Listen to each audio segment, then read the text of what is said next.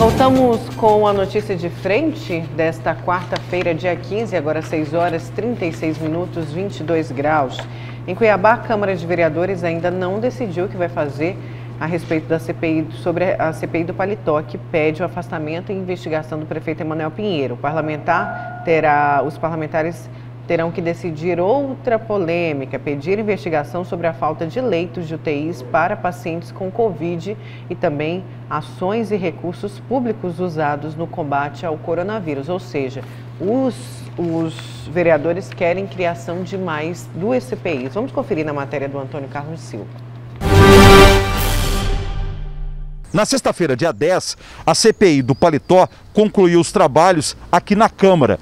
Por 2 votos a 1, foi considerado o relatório do vereador Sargento Joelso, que aponta 5 crimes praticados pelo prefeito da capital, Emanuel Pinheiro, que merecem continuidade de investigação aqui na casa. São eles: obstrução de justiça, enriquecimento ilícito, falta de decoro, formação de quadrilha e concussão, que seria a extorsão praticada por quem exerce cargo público. O presidente da Câmara ainda não decidiu o que fará em relação a esse relatório final da CPI do Paletó. Já encaminhei para a Procuradoria-Geral desta casa e vou dar ciência hoje ao plenário, e assim que a Procuradoria devolver dentro daquele, qual será o rito que vai para a votação, aí sim vamos colocar em plenário. Mas não vou fazer nada no afogadilho, não vou fazer nada sem a consulta à Procuradoria desta casa. Enquanto isso, outros 2 pedidos para a criação de CPI surgiram aqui na Câmara. O líder do prefeito na casa, o vereador Luiz Cláudio, pede investigação sobre falta de leitos de UTI para pacientes de Covid durante esta pandemia. Já o vereador Abílio Júnior quer investigar tudo sobre coronavírus, inclusive os recursos públicos, o dinheiro recebido pela Prefeitura de Cuiabá. Nós pedimos a CPI do coronavírus para investigar como que está sendo gasto os recursos federais que vieram para cá e também para investigar as medidas que foram adotadas. Diversas medidas foram contributivas para a expansão do coronavírus, como a diminuição do número de veículos, como a redução do horário de atendimento e até mesmo os milhões que veio e não foram explicados até o momento. Eu acho que o papel de investigar, o papel de dialogar é do Parlamento Municipal, mas aí cabe aos membros que assinaram a CPI. Eu vou fazer aquilo que está dentro da legalidade. Vou fazer a consulta a nosso apoio legislativo para poder fazer a implantação de uma da CPI que atende o requisito, e na questão do horário também no protocolo central desta casa. Os vereadores que não só de Cuiabá, mas de vários municípios, Lúcio e Paulo, que são cobrados sempre pela população. E aí, vocês estão fiscalizando o que está sendo feito com o dinheiro do governo federal que veio para o combate do novo coronavírus? Se Misael Galvão quisesse, como presidente da Câmara, já teria colocado em prática a abertura dessa CPI.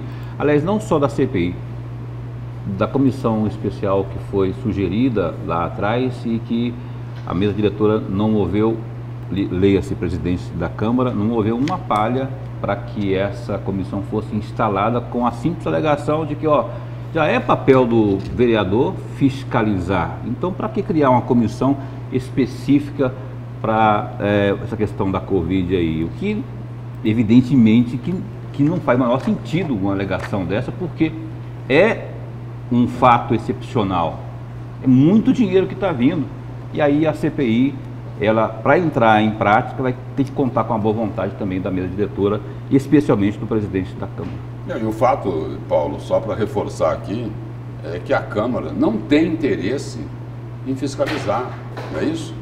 É o que eu estou falando. O presidente Misael Galvão, ele dá justificativas, tenta colocar os motivos, mas a gente sabe o seguinte: não tem interesse em fiscalizar. Não tem interesse em fiscalizar aquilo que possa, de alguma forma, incomodar a Prefeitura de Cuiabá. Porque a gente já está cansado de ouvir que a base aliada, que alguns chamam de alienada, não tem interesse de investigar a Prefeitura de Cuiabá, porque também já se disse também, e muito, de que por conta dessa base aliada, a Câmara Municipal acaba sendo assim uma espécie de puxadinho lá do Palácio Alencastro. Mas eles não gostam que a gente pontue isso dessa forma, de colocar o dedo na ferida. Mas, voz geral, é o que o cidadão, é o que a sociedade pensa sobre essa negativa da Câmara de fiscalizar. Quem falou aqui ontem, não sei se foi você, Lúcio, que veio assim, do Palácio Alencastro para a Câmara uma recomendação de que, coloque logo isso aí em votação e vote logo para toque de caixa, para que... Da CPI do Paletó. Da CPI do Paletó. Agora, a pergunta que faz, desde quando, gente? Quer dizer, eu não sou ingênuo também, né? Mas assim, o que não é normal, o executivo dá palpite na pauta do legislativo, né? Vote logo isso aí, porque isso aí, ainda mais uma situação que atinge pessoalmente o prefeito, né? Que é a questão do Paletó. Vamos para o seu destaque, então, Lúcio, que foi justamente essa questão que virou aí caso de polícia. O meu destaque tem Paletó também. Mas antes do Paletó, vamos falar de eleição, né?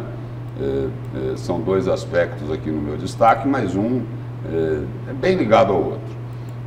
Começando por uma declaração do governador Mauro Mendes, que afirmou o seguinte: ele não sobe no mesmo palanque de Emanuel, nem que seja para apoiar Eduardo Botelho. Com aquilo que já foi dito, né, de que Emanuel poderia desistir da reeleição e aí Eduardo Botelho seria candidato a prefeito, até com apoio de Emanuel Pinheiro. E aí o governador, numa reportagem, numa entrevista exclusiva ao site Olhar Direto, o governador foi assim monossilábico, de acordo com o próprio texto do site aqui, mas contundente ao responder que não apoiaria nenhum projeto político que tenha envolvimento do atual prefeito de Cuiabá. E aí o governador também colocou que ele tem consciência cidadã e, por tudo que sabe do prefeito de Cuiabá, prefere não comentar muito o assunto. Aí ele estava se referindo lá exatamente à CPI do Paletó. Mas que qualquer desdobramento político com o apoio de Pinheiro, ele não participaria. E aí ele voltou a falar lá da consciência política, da consciência cidadã, né? E que seria impossível apoiar Pinheiro ou apoiar um projeto que ele esteja junto. Foi a declaração do governador Mauro Mendes ao site Olhar Direto. E aí a guerrinha deles continua, né? A guerrinha de Mauro e Emanuel Pinheiro continua. E aí, só para concluir aqui o meu destaque, o Paletó, né, o dinheiro no Paletó agora virou BO, né? O prefeito Emanuel Pinheiro registrou um boletim de ocorrência contra um delegado de polícia, contra o delegado Luiz Henrique Damasceno, que é diretor adjunto lá da Delegacia de Combate à Corrupção. É que o prefeito ficou incomodado com uma postagem nas redes sociais de um delegado de polícia e aí, para surpresa de muitos, ele decidiu registrar esse BO. A gente tem essa postagem que o delegado fez no Instagram. Olha aí a postagem.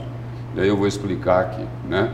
O delegado também é professor e ele postou lá no Instagram essa imagem aí, que se refere a uma ação já julgada no Supremo Tribunal Federal, informando que a atitude de esconder dinheiro no paletó, na meia ou na cintura não configura lavagem de dinheiro.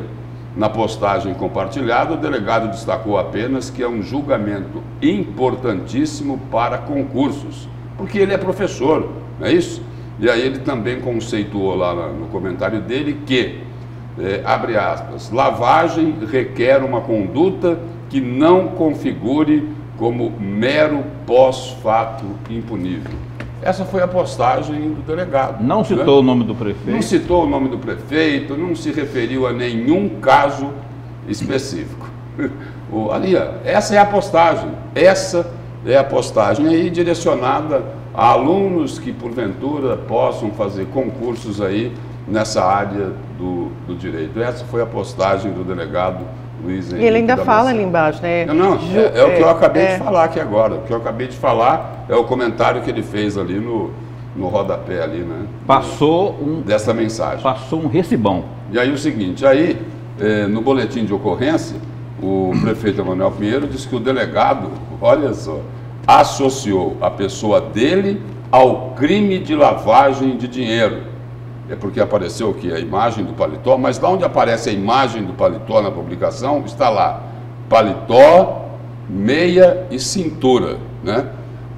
E aí é o seguinte, aí, só para concluir aqui, além de acusar o policial de não agir de forma imparcial em função do cargo de ocupa. E o delegado, o seguinte, o delegado Luiz Henrique Damasceno afirmou que publica vários fatos relacionados às aulas de direito e que não citou ninguém e nem fez referência a nenhum caso específico.